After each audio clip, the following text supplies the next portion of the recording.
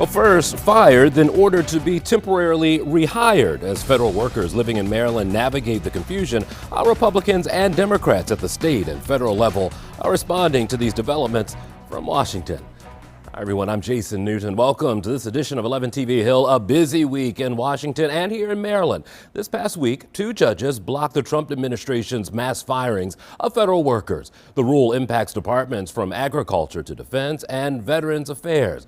The Trump administration says that these cuts target federal waste, fraud, and abuse. The courts, though, said that the manner in which they were done was illegal. In some cases, agencies will need to reinstate certain probationary workers who were laid off. This affects workers who were let go around February 13th and 14th. The Trump administration has appealed both of those rulings. Now, tens of thousands of federal workers call Maryland home, and it's why one congresswoman introduced bipartisan legislation on Capitol Hill to protect these employees. I spoke with Congresswoman Sarah Elfreth last week, just one day after she held a packed town hall for constituents. Tell me about the response so far, because we were talking about the large crowd you've gotten. I'm guessing the phone has been ringing for some time now from federal workers. Yeah, tens of thousands, I would say, in the first just 2.5 months I have been a member of Congress so far. They really peaked in the first few weeks of President Trump's administration. But I'm grateful people are participating. This is not the time to be apathetic, and so I'm happy people are reaching out. When you hear from people, and we do interviews out in the street, they'll say, "Listen, we're all for streamlining government. We're all for efficiency. We're all looking for cutting the fat." But it sounds like this isn't what they had in their plans. No, I don't think this is what people voted for. And listen, I served in the state Senate for 6 years. I was an appropriator. I had to balance the budget. I had to find those cuts, the fat in the state Senate.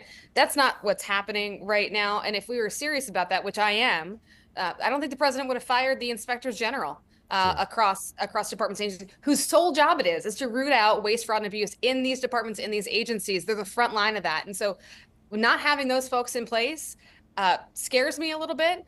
In addition, the federal workforce personnel budget, it's less than 5% of our federal budget. So slashing and burning personnel is going to lead to a reduction in services. And frankly, we're not going to save all that much money when we talk about efficiency. I was listening to an argument back and forth, and a person who was on the side of the president says, "Listen, what makes these workers so important? They know that they're probationary, so this is a possibility that could happen." Argue the other side of that for me.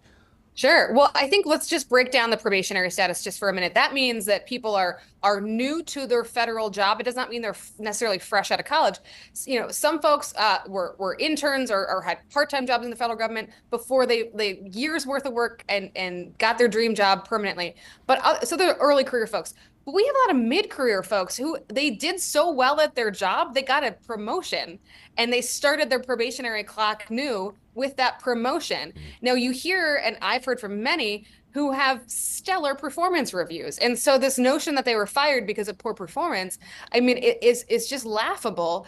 And let's talk about the future of the civil service. These are folks who are my age, who are getting younger mid-career. These are the future leaders of our civil service. We worked really hard to attract the best and the brightest talent. I think we can all agree, regardless of party, we want the best talent when it comes to cybersecurity, when it comes to addressing the avian flu that is jacking up our egg prices every day. We want the best talent at the FAA, ensuring safety of our air travel. So this should not be a partisan issue, and that's exactly why I introduced this bill and why I'm so grateful to have bipartisan support. Yeah, and that's what I was going to ask you. You used a five-letter word that it seems like appears in Washington that's bipartisan. So if you're able to get, I think it's Hurd and Baumgardner on board with you. We got one more, too. We got Congresswoman Kiggans from Virginia yesterday. So they're sold. So the question is, can that kind of work continue there in Washington, or does it feel like an uphill battle either way of this? Yeah.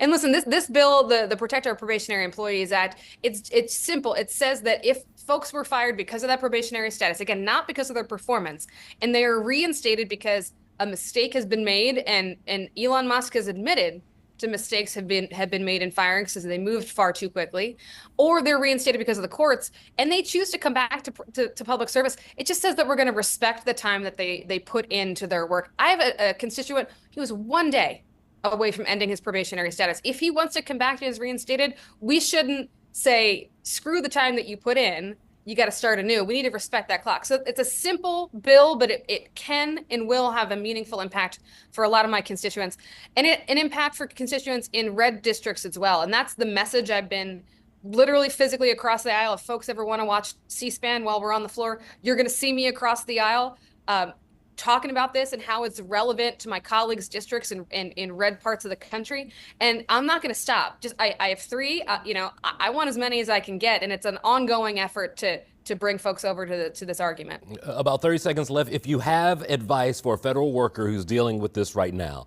what's the advice you're giving out to them at town halls or when your phone is ringing?